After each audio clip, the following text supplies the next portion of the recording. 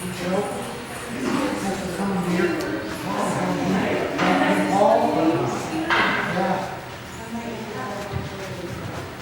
it's 2:30, so let's get started. My name is, and Mike Fader is the president of MDV, and he's the one who's standing up and. Thank you. Exactly. Thank you. So I'm Marsha Kennedy with Mountain Disaster Preparedness, and it's been around since 1986, so a fair amount of time. The people back then just realized that we live in this forest paradise, but it also makes us vulnerable to any number of scenarios that might cut us off from the rest of the world. So MDP was formed. The purpose is to educate and to train people to be as ready as possible for any kind of disaster. And you only have to look at the national news to know that unplanned situations happen, and nature and life can throw some unexpected things at us. Now, today's meeting is a bit strange, I think, because I have a microphone. My computer is over there, the projector's over there, the podium's here. So because of a little thing with as if we don't have enough cables and cords on the floor, I'm going to be sitting over there to manage the slides so that you can see me. So let's be sitting down as of now.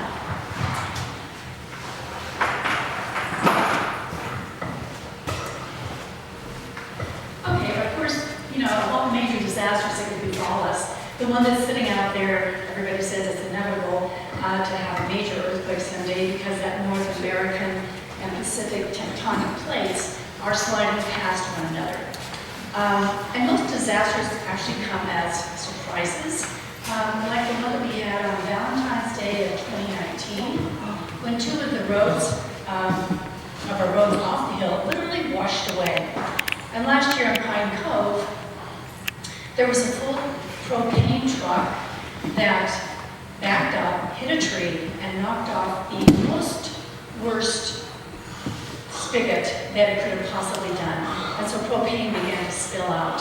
There were affected streets where they were told to shelter in place, and the message was delivered by helicopter. So it was a rather dramatic situation. The good news was it didn't last too long.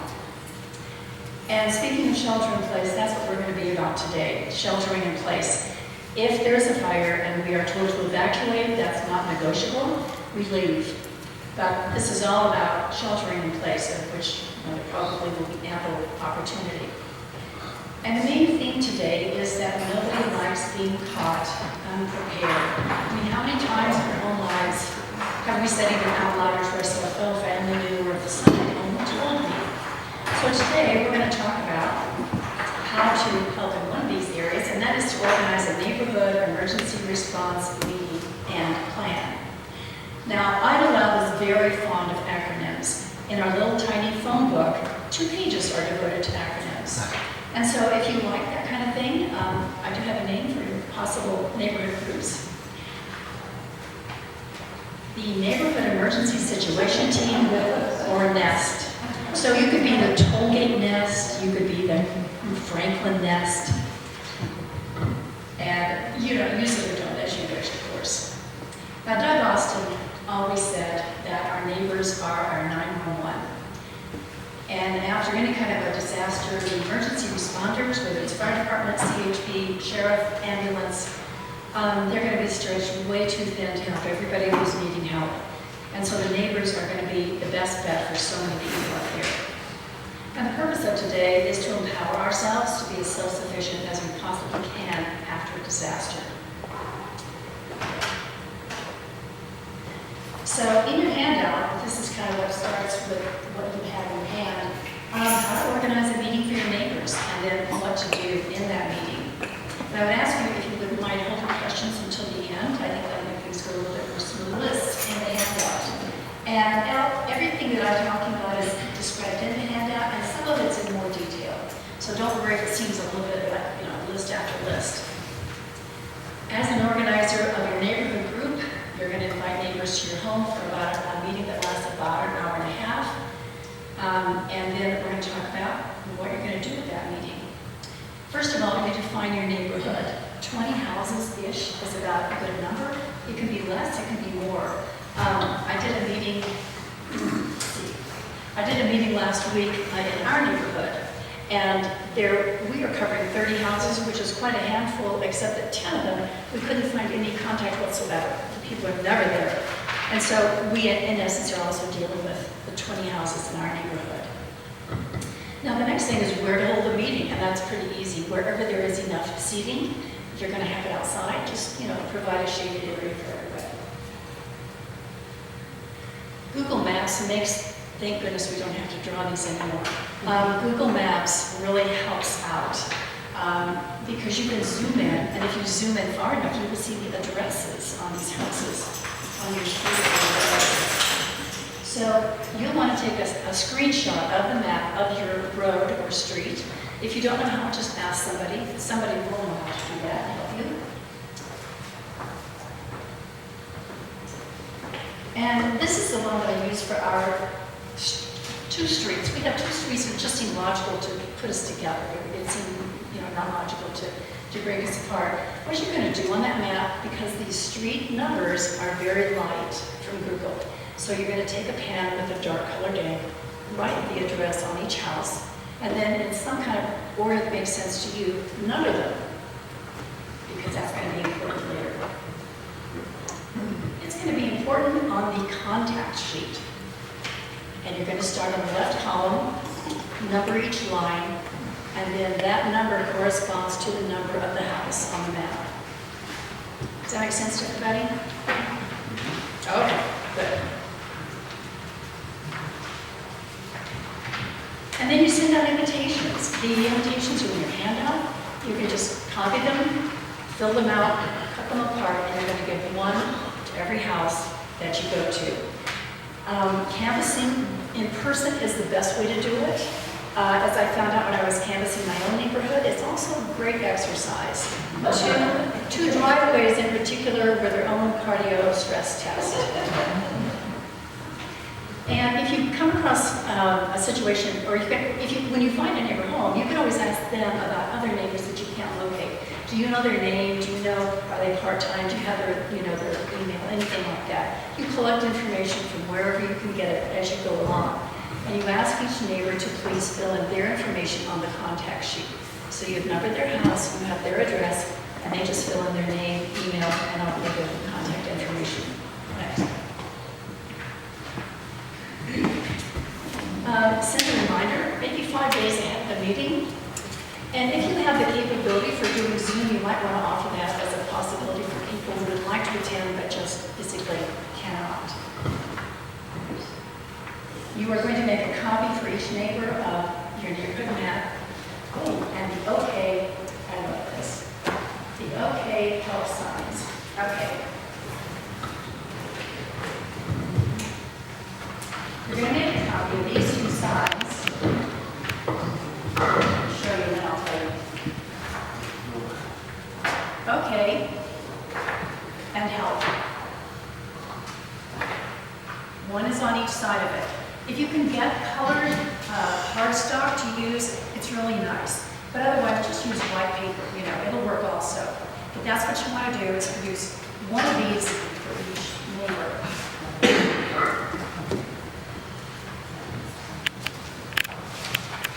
And there's also a document in here called 8 Steps. You want to produce one of those documents for each neighbor as well to give to them in your meeting. And then it's easy. You're just going to set up the seating, put out any water or any other refreshments. If you really want to go all out and ambitious, you might set up a potluck lunch or dinner for people. But keep it whatever works best and easiest for you.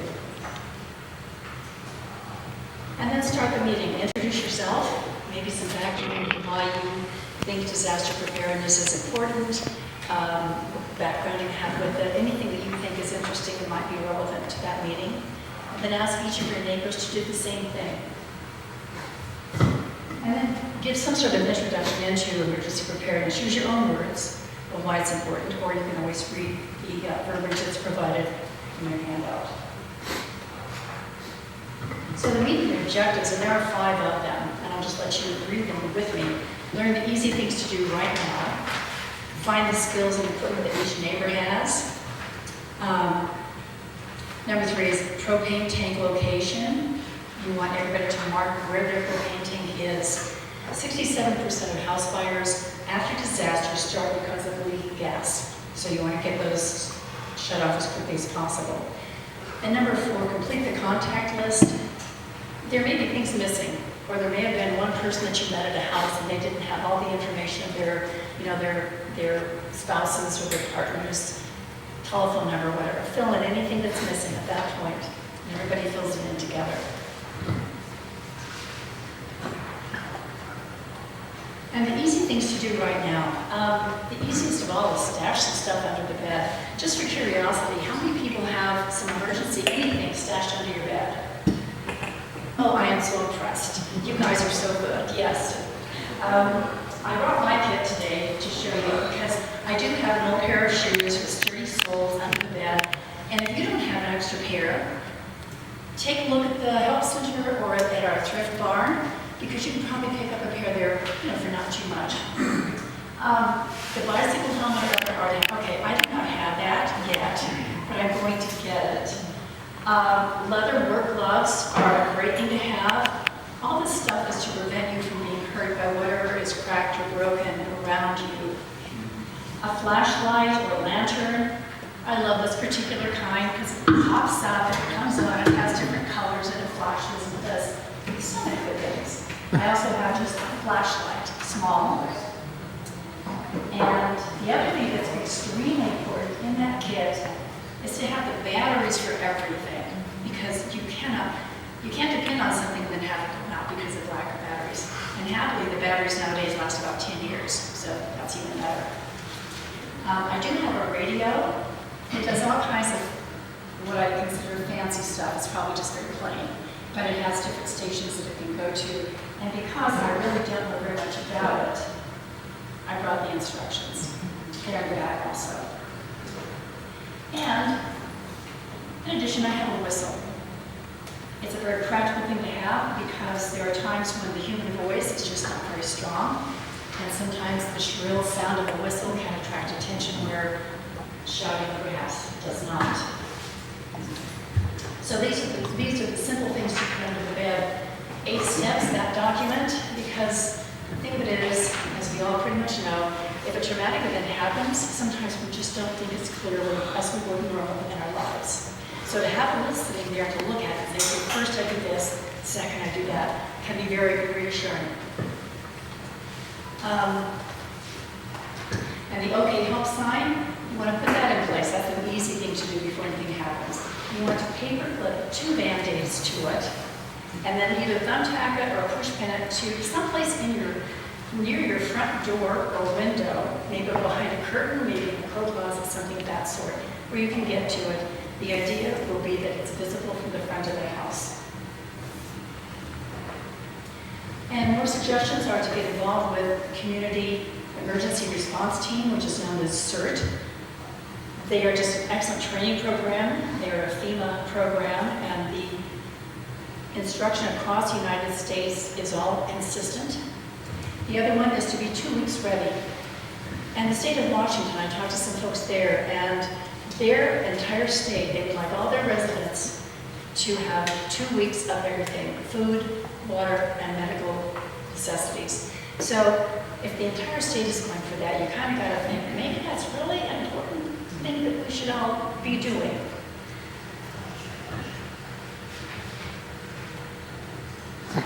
And then you want to get to your neighborhood skills and equipment inventory. The easiest way to do this one is just to name the category and ask everybody who's there, who has this or who does that or who is this. Jot their names down. You will later copy the list and send it out to everybody. I was astonished at the skills in our neighborhood. I mean, we have an abundance of chainsaws, and that can be a really good thing just depending on what's going on. The list is a shortcut because in an emergency, the faster you can get what or who you need, the better off everybody is going to be. You're going to hand out copies of your neighborhood map and explain how it works. And then also your neighborhood contact list and fill in any missing information on that one. The 8 steps are super important. They are in large print, you will notice, in whatever happens. It's also because if people need reading glasses, they may not have them at hand. So this is every effort to try to make things as easy as possible. So step one of the 8 steps is to what I call dress for success. Fill out that bag, put on your helmet, get your gloves, put your shoes on. Take care first of yourself, your people in your house, and your pets. And step 3 is turn off your propane gas out of the tank. Step 4 is to shut off the water at the house. You want to contain the water at the house, trap it, so to speak, because there's a lot of water in your hot water tank, which is potentially drinkable if you need to.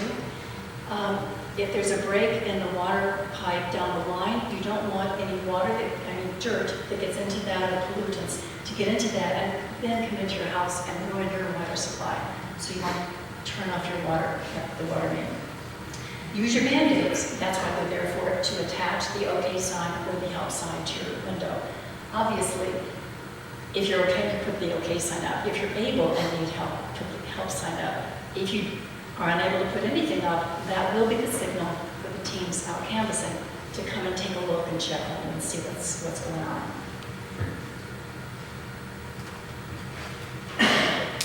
And then it's time to leave your house and go out into the neighborhood. So you go to the gathering site. You will have everybody write where the gathering site is going to be, the house number and the address. The gathering site is just someplace in your neighborhood that is readily visible to people, easy for people to get to.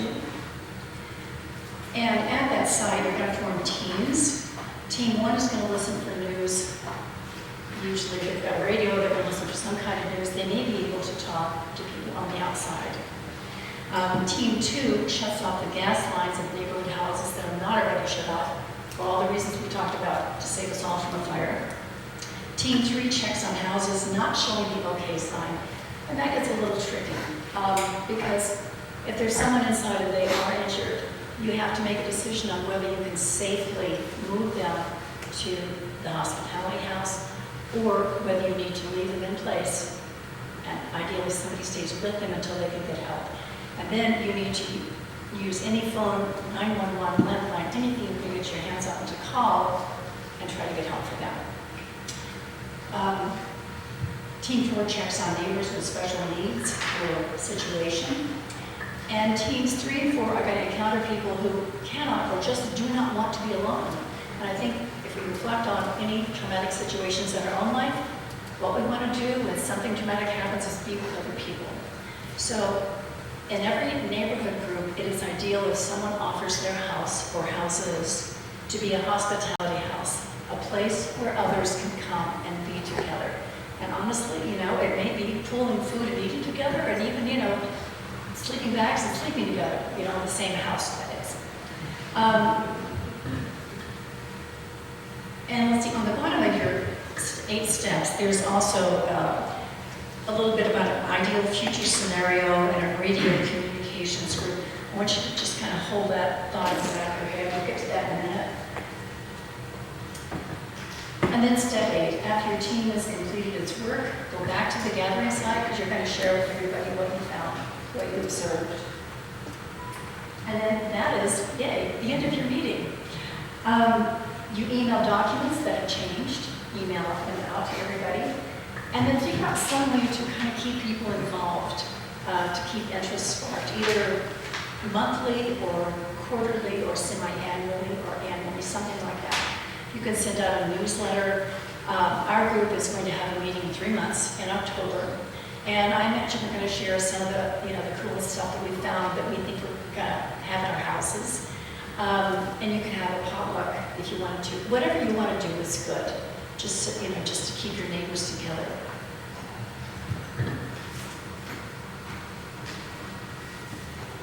And this is the ideal future scenario. Okay, this is the bottom of your 8 steps. And it says, in the ideal future scenario, your neighborhood communications person will report your neighborhood's condition by radio to a predetermined person or entity. And we are very happy and fortunate at NDP to have Robert Hewitt with us. He is the Los Angeles County Battalion Fire Chief, retired, and he was going to be with us today to talk about this potential radio network in the neighborhoods that we will have going in the future.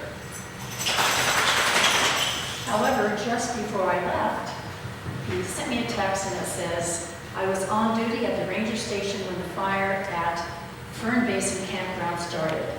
I have been appointed incident command position and will be here for several hours. So he's not here today. So we'll have another meeting to get him involved. And then CERT. CERT is an absolutely excellent program to be trained in. It is life search and rescue. It is fire safety, and it's triage and disaster medical operations. And I don't think anybody thinks this, but medical operations do not mean surgery. And we're going to have our CERT person here today, and he's had a family situation happen, so he can't make it. Again, we'll have him at another meeting, but I think we're just going to have to create just for this. And so then I thought, well, this is great because we're still going to have Dr. Yoka with us.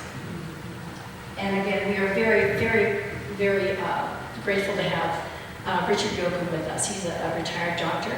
He heads up our medical group, and he was going to be here to say a few words about that. What it does, how to get involved with it, if you or anybody else would like to. However, I had a phone call from him just before I left. And there is a hiker stuck on Tompkins Rock. So Richard is part of our team of people who go and rescue those people. So he can't be with us here today either. Again, I think we'll have all three of these men talking at some later short kind of meeting that we will have. And something we're also going to give you today, because, as I said, that whistle is so important. We have some whistles on the back table. When you leave, please take 2 for your house and put them with your kit under your bed or someplace with an emergency kit. They're just really practical, little inexpensive things to have around. So, anybody have any questions on this, what we have so far? Yeah? Are there any specific hand frequencies up here or repeaters that people use to get in touch with emergency service? This is a simple question with a big answer. Could I address that? Well, sure, go ahead. I'm the deputy chief east for Riverside Races. Oh, excellent, So I'm okay. responsible for the mountain and all of East Riverside. Do you want to Racing is a gang radio group. They can't hear you. Come on. Come on over and grab the mic. Oh, I'm so happy you're here today. My name is Lambert Timmermans. I'm with Riverside County Races. It's part of EMD. It's a ham radio group. We're vetted through the county. We're part of a group of ham operators that, in the event of the presidential powers during wartime, we would be the only ones allowed to use ham radio frequencies. During emergencies, many of you maybe remember some of the previous fires. We manned the radios for that.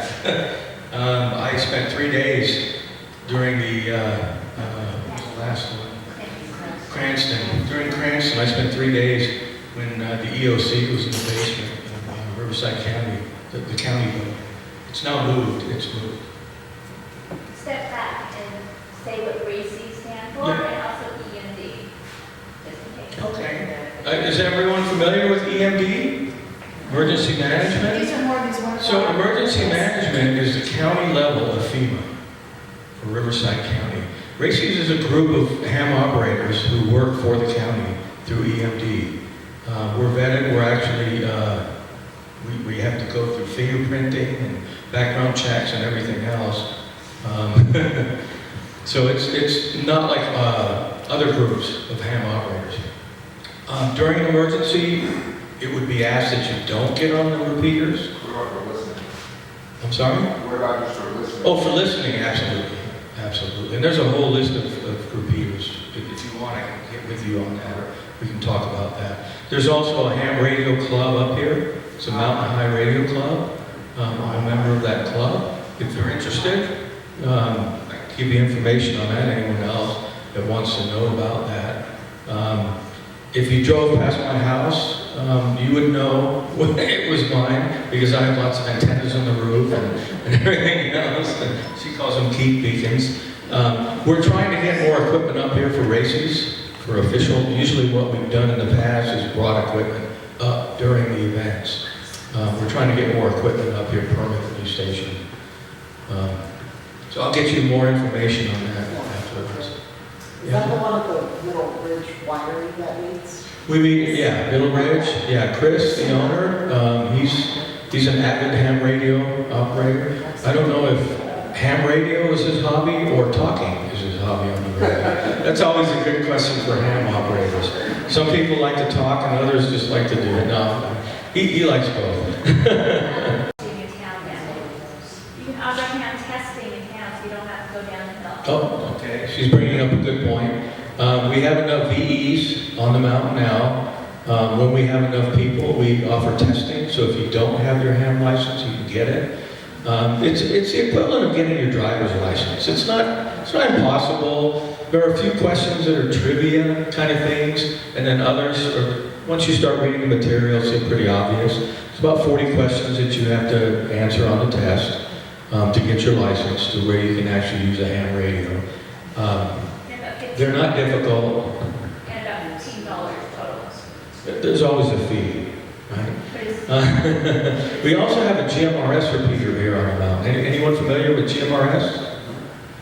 You need a license, but you don't have to take a test to get it. We recently put one up here in town, the GMRS repeaters, for the community. If there's an emergency, we would provide some information there as we could on the GMRS repeater. I listen to all the repeaters locally, including the GMRS. People are finding them, and they're getting used right now.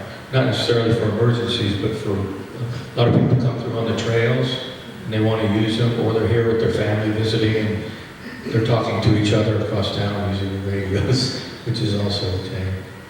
Any questions about ham radio, or racings, or GMRS, or the radio club? I'd like to put your contact. Yeah, just contact me. It must have been something new, yeah. Okay. Thank you so very much. We appreciate it. Thank you.